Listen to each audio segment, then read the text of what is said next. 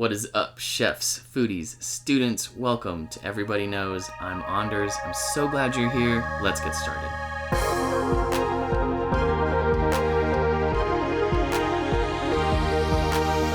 Today we are talking about the aroma category of nutty in the aroma wheel.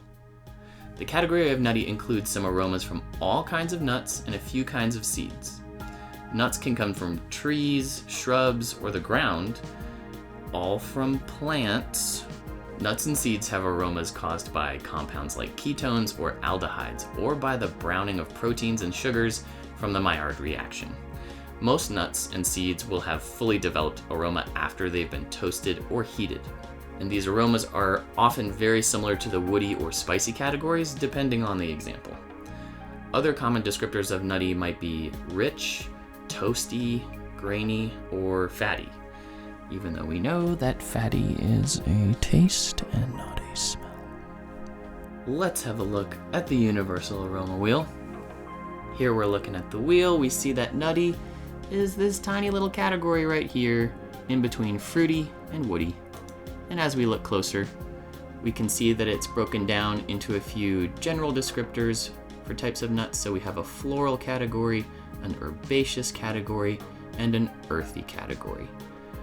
And so as we look deeper into this, we can see that things like coconut, hazelnut, pecan, chestnut are all in the floral category, whereas herbaceous contains sunflower seeds, pistachios, earthy contains peanuts, cashews, Brazil nuts, pine nuts, and then the pine nut takes us into the conifers of the woody category, and the floral category takes us into the floral category of the fruity category. Wow, that was a lot. And today we have an example here that are some cashews.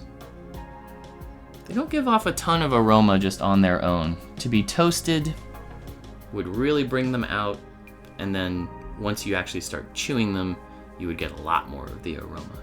But it's a nut, and it's in the nutty category. How about that? Something to note, nutty may be the most straightforward category.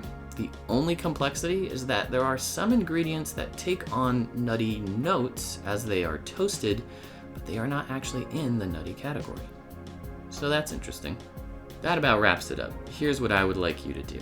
I want you to think about the nutty category of aromas as you cook or as you eat. Do you like or dislike these aromas? Why or why not? Do they bring forth either memories or thoughts to mind as you smell them? And lastly, do you agree with this organization and what we've talked about in this category in this video? Please comment below. I would love to read any of the answers to those questions and get your feedback. I hope this video made sense and got you thinking about the nutty family of aromas. Thank you so much for watching.